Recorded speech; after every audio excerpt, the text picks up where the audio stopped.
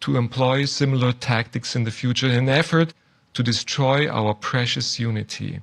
And today, he even has modern technology at his disposal. Now, the second enemy is the world. We live in Satan's world, and we cannot avoid being exposed to its spirit. It's a spirit of independence, and spirit that often promotes so-called diversity that is abhorrent. Anything goes. And tolerance has been redefined. The new tolerance means believing another person's position is as valid or acceptable as your own. So it's not enough anymore to just acknowledge the existence of different views, but you have to accept the different views themselves. Since we live in this world, we can easily see that there exists the danger that its spirit affects our precious unity. Now, what about enemy number 3? Enemy number 3 are we ourselves. How can it be that we who treasure unity so much endanger it at the same time?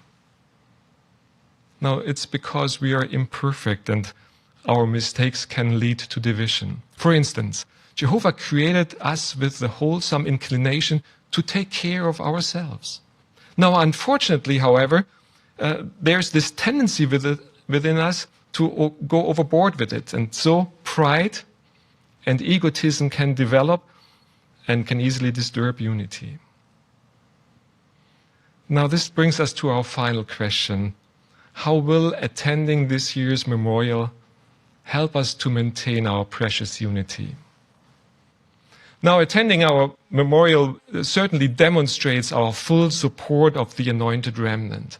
The unity between the two groups was prophetically pictured in Zechariah chapter 8. As we read Zechariah chapter 8, verse 23, please note how close these two groups are.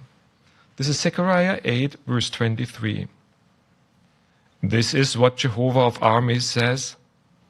In those days, 10 men out of all the languages of the nations will take hold.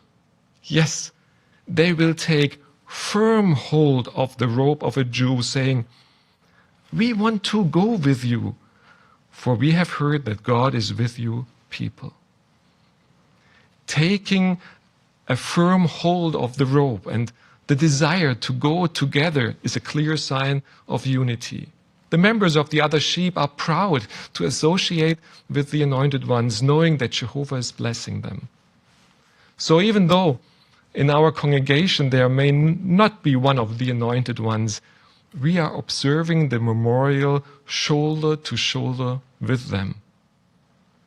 This renews our determination not to fall prey to any of the tactics of Satan's. That is why we feed exclusively at Jehovah's table. No matter what sensational stories are being told or written about or aired via social media platforms, we fully trust and support the governing body directed by Jesus.